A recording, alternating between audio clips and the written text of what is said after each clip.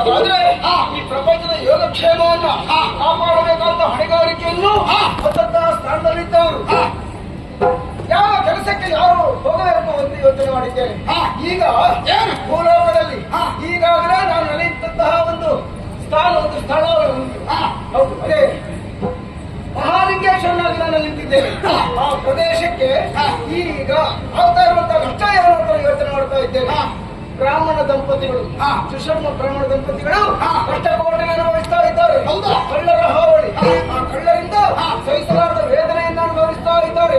ಹಾಗಾಗಿ ಆ ಕ್ಷೇತ್ರಕ್ಕೆ ನನ್ನ ಪರವಾಗಿ ನೀನೇ ಇಳಿದು ಆ ದುಷ್ಟರನ್ನು ಗಮನಿಸಿ ಶಿಷ್ಟರ ಸಂರಕ್ಷಣೆ ಮಾಡಬೇಕಂತ ಹೊಣೆಗಾರಿಕೆ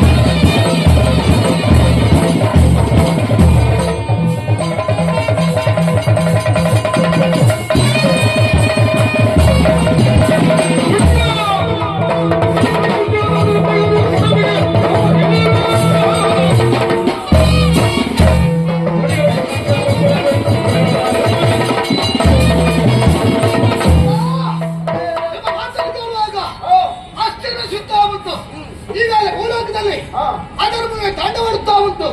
ಧರ್ಮ ನಶಿಸುತ್ತಾ ಉಂಟು. ಧರ್ಮ ಹಾನಿಯಾದಾಗ ಸ್ಥಾಪನೆ ಮಾಡಬೇಕಾದ ಹೊಣೆಗಾರಿಕೆ ನಮ್ಮದಾಗಿದೆ. ಇದು ತುಂಬಾ ಹೊಣೆಗಾರಿಕೆ ಉಂಟು.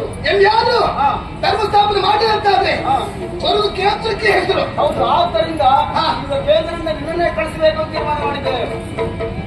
ಅಂದ್ರೆ ಕೇಂದ್ರ ಬರುವುದು ನಾನು. ಹೌದು, ಕೇಂದ್ರದಲ್ಲಿದ್ದ ನೀವು ಹೋಗುದಿಲ್ಲ.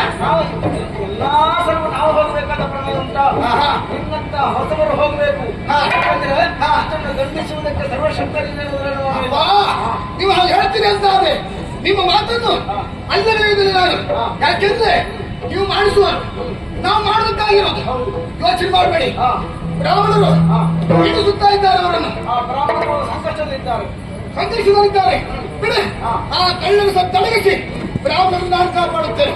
ಕೇವಲ ಒಂದು ಪ್ರಕರಣದಲ್ಲಿ ಅಲ್ಲ, ಯಾರ್ಯಾರು ಅಧರ್ಮವನ್ನು ಮಾಡ್ತಾ ಇದ್ದಾರೋ ಅವ್ರನ್ನೆಲ್ಲ ಗಮನಿಸಬೇಕು. ನಿನ್ನ ಕೆಲಸ ಅದು ಮನೆಯವರೆಗೂ ಅಲ್ಲಿ ಧರ್ಮ ಸಂಸ್ಥಾಪನೆ ಆಗುವಲ್ಲಿಯವರೆಗೆ ತಿರುಗಾಟ ಮಾಡುತ್ತಾನೆ ಇರಬೇಕಲ್ಲಿ. ನಾನು ತಿರುಗಾಟ ನಿಲ್ಲಿಸಬಾರದು. ನಾನು ಇದನ್ನು ಮಾಡಿ ತಿಳಿಸುವುದನ್ನು ಮಾಡಿ ನನ್ನ ಮಗನಾಗುತ್ತಾಗಿ ಯಾವ ಕಾಲಕ್ಕೂ ನಿಲ್ಲಿಸುವುದನ್ನುವಂತ ವಿಶ್ವಾಸ, ಸಾಮರ್ಥ್ಯ ನನ್ನಿಂದ ನಿನಗೆ ಪೂರ್ಣವಾಗಿ ಒದಗಲ್ಪಟ್ಟಿದೆ. ನಿಲ್ಲಿಸಬಾರದು ಅಂತ ಆದ್ರೆ ನಿಮ್ಮ ಅನುಗ್ರಹ ಬೇಕು. ವ್ಯವಹಾರವೇ ಇಲ್ಲ. ಹೌದಲ್ವಾ? ಅದೊಂದು ಪೂರ್ಣ ಅನುಗ್ರಹ ಉಂಟು.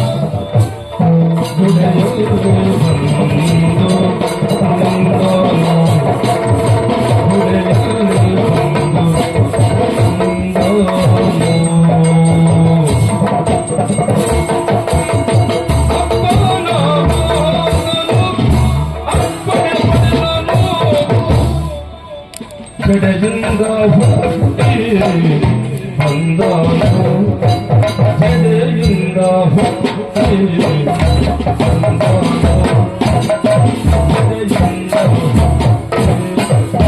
ಬಂದನು ದುಷ್ಟರ ಶಿಕ್ಷಿಸಿ ಶಿಷ್ಟರ ರಕ್ಷಿಸಿ ಕಷ್ಟವ ದೂರ ಮಾಡನು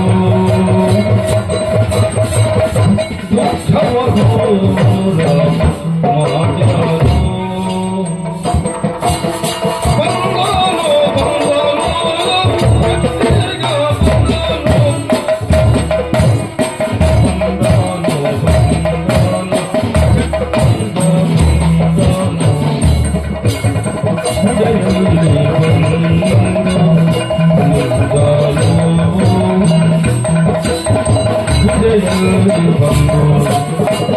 ಬಂದನು